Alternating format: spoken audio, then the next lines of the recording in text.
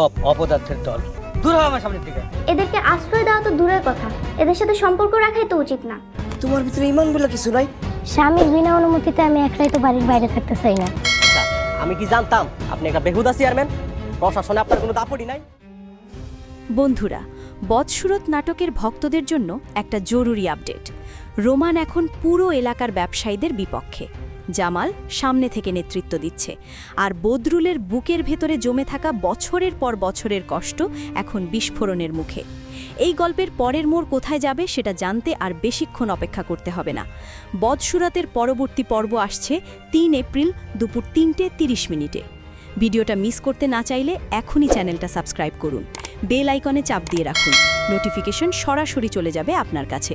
আর এই ভিডিওটা ভালো লাগলে লাইক দিন, বন্ধুদের সাথে শেয়ার করুন, কারণ এই গল্পের আসল বিচার এখনও বাকি। আল্লাহ হাফেজ।